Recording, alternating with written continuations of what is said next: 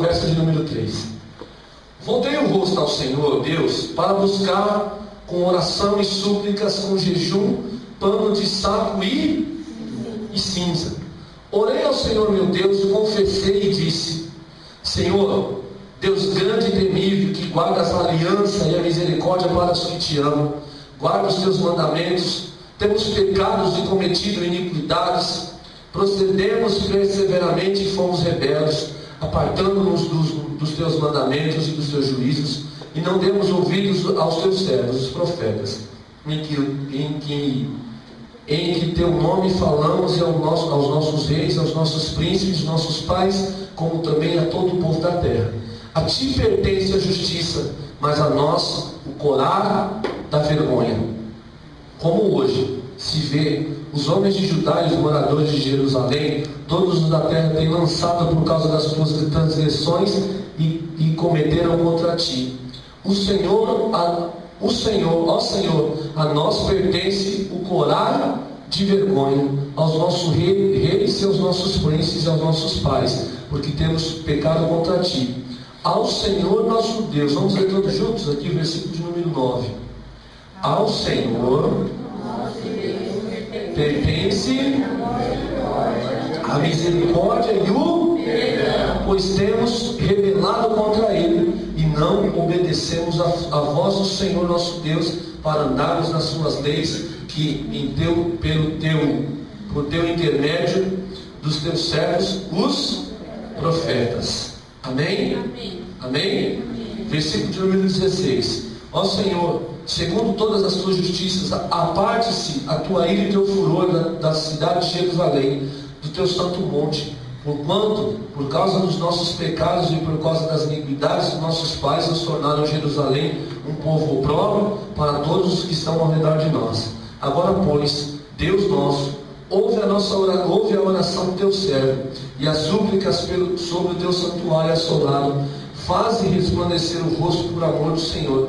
Inclina, ó Deus meu, os ouvidos e abre os olhos e olha para a nossa desolação e para a cidade que é chamada pelo teu nome, porque não lançamos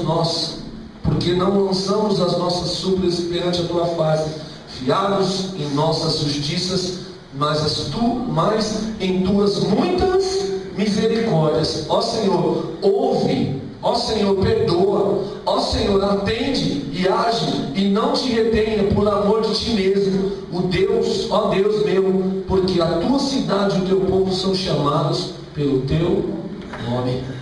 Amém? Nessa noite eu quero ministrar a tua vida, daquilo que o Senhor nos deu dessa palavra. E nós estamos vivendo dias, irmãos, em que as pessoas elas estão vivendo debaixo de acusações de Satanás. Estamos vivendo dias em que as pessoas, você tem visto na TV, são muitas as doenças que têm aparecido nesses dias, né? A mais terrível delas, acho que é o câncer, porque ainda não se existiu ou não existe uma vacina que possa curar o câncer, ou um remédio que possa trazer cura do câncer. Muitas das vezes o câncer a pessoa passa por uma cirurgia, é retirado o tumor, e aquele tumor ele de repente aparece em outro local, ou às vezes aquele tumor ele se torna, né? A gente temos vivido situações assim. Eu estava conversando, não sei com quem aqui, que aquele ator Giannichini, né? Ele está com câncer linfático, um câncer no sangue, não é bem no sangue, é linfático. João, você que linfático. Mas não tem no sangue, né? Não vem falando. Eu estive olhando mais ou menos na parte da água, né, do corpo que você tem, o corpo do ser humano, do líquido do corpo, né? Então ele tem um câncer raro ali. Para se retirar daquele câncer tem que fazer quimioterapia e várias situações. Nós temos recentemente o presidente Lula com câncer na faringe, né? E várias outras pessoas.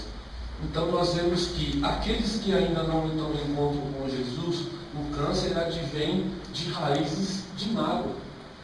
Isso é científico.